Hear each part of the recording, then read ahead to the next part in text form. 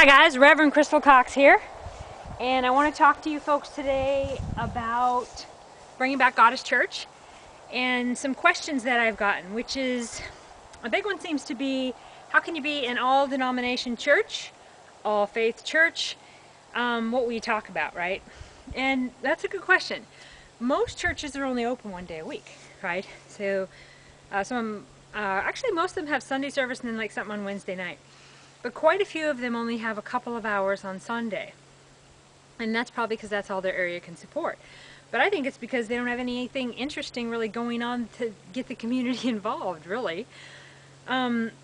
So basically, those churches are into, I'm trying to be respectful, but the one true God, and they're very, very Christian in a way that seems to judge other people. So they have these buildings, and they could have, like, say if they have Wednesday service and Sunday service, they could have the rest of the week open to people who wanted to do, like, say, a talk on Buddhism, yogi, Wiccan, pagan, but they don't want that, in their house, in God's house, because to them that's some sort of sin.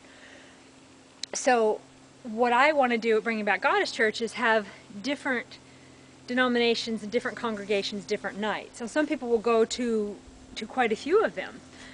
I myself am a spiritual student, and I'm very much interested in studying spiritual information on all denominations. I'm recently studying voodoo priestess. I have studied yogi, Wiccan, pagan. I've studied the Bible, different texts of the Bible, Jehovah's Witness, and a few years ago the Jehovah's Witness Bible changed, and they wanted to simplify it, I guess, like words that had different meanings. One example someone gave me was that back in the day, shambles used to mean butcher shop, and now it means, like something broken down in shambles. I like to go as far back as I can to the source. I would love to read the Dead Sea Scrolls, right there, and some of the women authors too, but I can't read that language anyway. So anyway, I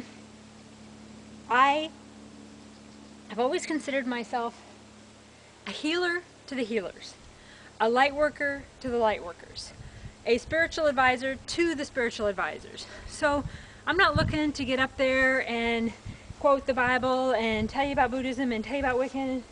I'm more of an intuitive consultant and a spiritual advisor, spiritual counselor.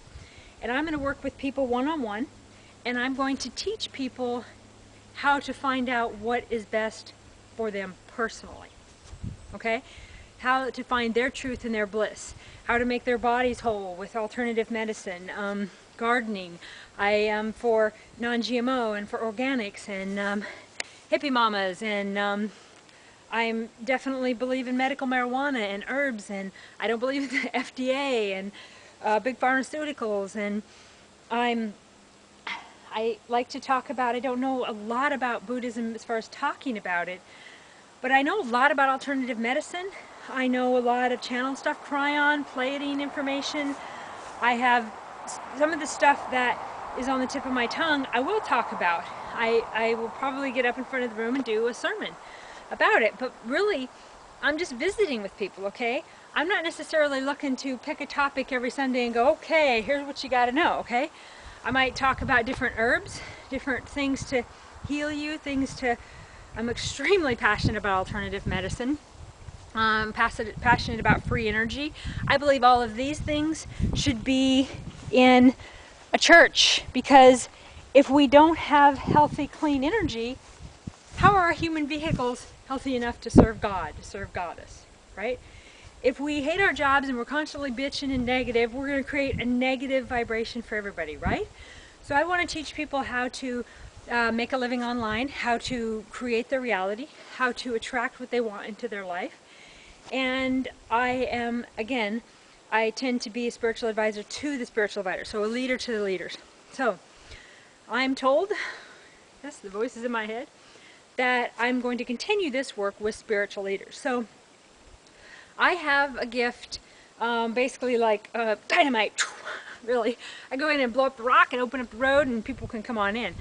And so I'm going to create the space, I'm going to create the buildings, I'm going to create the infrastructure, and I'm going to do my spiritual counseling one-on-one as I've always done.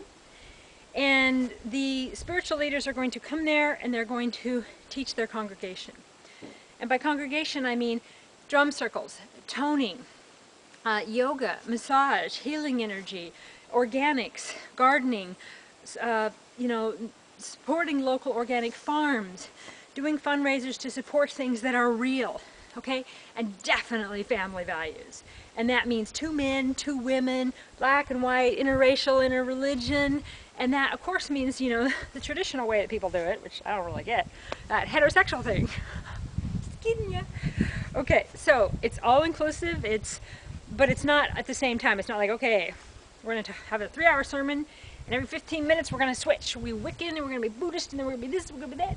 No, we're going to have different nights, different leaders, different congregations. And one of my partners at Bringing Back God Church, I talked a while back about, you know, it being kind of a spiritual co-op. And so it's like different nights, different religions, different sermons, tribal stuff. We want to support powwows and Native American stuff and help, you know, support the Indian nation. And so then say we can have like once a month or every few months, we have a gathering where we have all of the people. So we're all sitting down, we're eating together, we're praying together, we're talking, we're drumming, we're sharing each other's culture. And for me personally, like I said, I enjoy them all. I really am multi-denominations and always seeking more. Esoteric, metaphysical, theology. I learn about this stuff all the time. I read spiritual stuff every single day. When I get up, before I go to bed, I pray. I talk to my guides and angels. I do the Raymond Grace stuff, which is, you know, the pendulum work, removing negative energy, removing curses.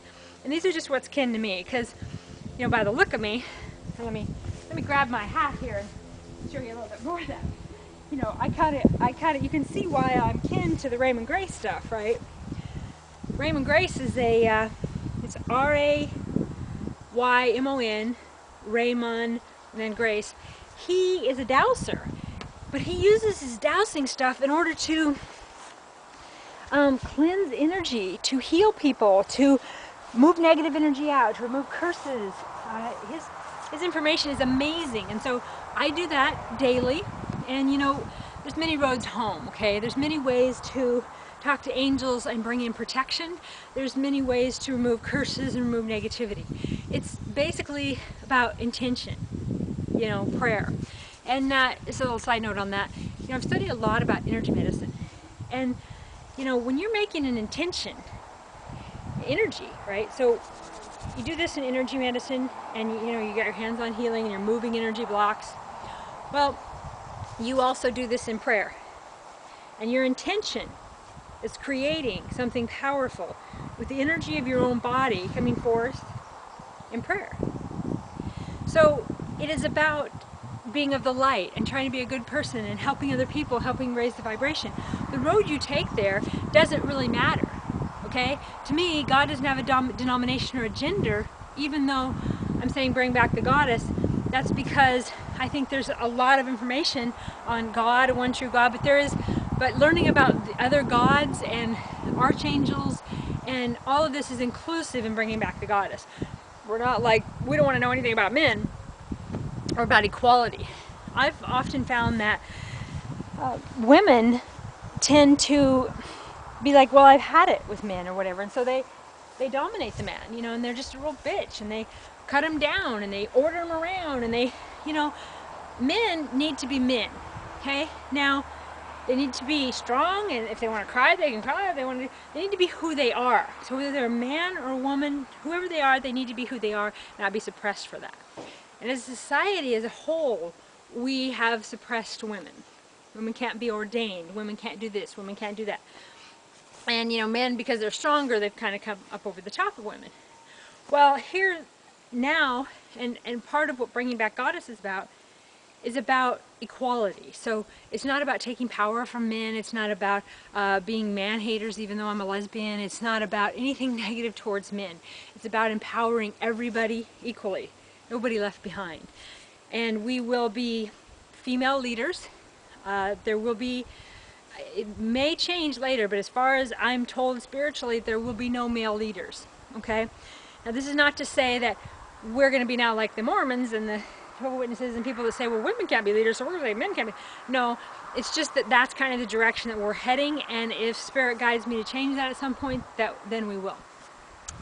Also, on that note, I'm calling all female leaders, all Wiccan leaders, Buddhist leaders, people, energy healers, people that know this stuff and want to teach this stuff.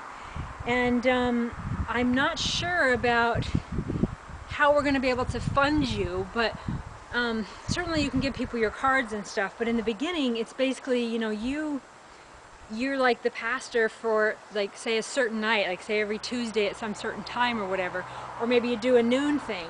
And I guess you can maybe seek donations. I'm not sure how that's all going to work, because I realize that those of you who need to want to dedicate your life to more healing stuff, what you need to do is you need to have a way out of your regular life, because you have kids, you have bills, But I believe that's to take to your angels.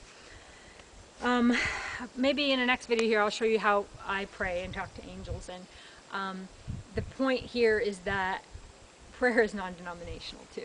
And it seems like whether you're Wiccan, across the board, whatever you are, there's angels, right? So, talk to angels. I have a family member that asked me if I thought that they would go to heaven if they pursued their psychic gifts, right? Well, my answer was, well, God wouldn't have gave them to you if you weren't meant to have them, okay? But because decades and decades of her life, she was taught that this stuff is bad and evil. Well, if you see a car accident and you say, hey, that's gonna happen, people are like, and then there is, and you save them. Is that not God working through you, the Holy Spirit moving through you to help others? Why is it a bad, negative thing? Why is it considered dark or evil in some way? It's not, okay? So just pray. I learned a prayer in Key West from a hairdresser, a really cool woman, and she said she looked very straight. I had no idea that she was a lesbian until she started to tell her story. But she said that her and her partner had moved to Key West, and that her family was Baptist, and that killing somebody was, being a lesbian was worse than killing somebody. The sin, it was a really bad sin. And so she didn't want to lose her family, but she did this prayer of, please God, if I am meant to go down this path, please show me and open the doors to me. If I'm not meant to go down this path, then please help me to let it go. And I do this prayer daily. I've done it with different people I've dated. I've done it with different directions of, just basically, if this, because sometimes you're thinking about someone or some person and you're holding on to something and you're like, why am I holding on to that? Is it me obsessed? Is it me negative? Is it a bad thing? Or am I supposed to move forward and hang on or let go? So if you just make your intention be known to Spirit, I pray to all available angels and archangels and Mother God, Great Spirit, and I say, if this person or this situation is meant to be in my life, please show me what to do for this to happen and to manifest for the highest and best good of everybody involved. If this is not meant to be, please show me the way out. Please take this love for them away in the way that I feel it, or take my longing for this particular path, situation, or thing away if it's not meant to be. Really cool plane going above. Anyway, just some prayer tips. But so in the all denomination thing, we are going to be all denomination and all faith, but that just means that, if you are a Buddhist or Wiccan or Catholic or wherever, and you're going by our church and it's open and you need a place to come in and be quiet and just pray, I'm not going to be in your head telling you who your God should be, okay? I don't think anybody should, okay? Your relationship with Spirit, God, Goddess, Mother God, Buddha, Pan, all the gods, all the archangels, all the angels, that's between you and Spirit, okay? I say this over and over in videos, but don't let anybody tell you that there's one way home, okay? We all die, we all go home, okay? I don't believe there is a fiery hell. I mean, to be honest with you, not to be negative, but sometimes I feel like we did things bad somewhere else and we come to Earth because Earth is kind of hell. And I don't mean to sound pessimistic. Earth is beautiful. Mother Earth is just amazing.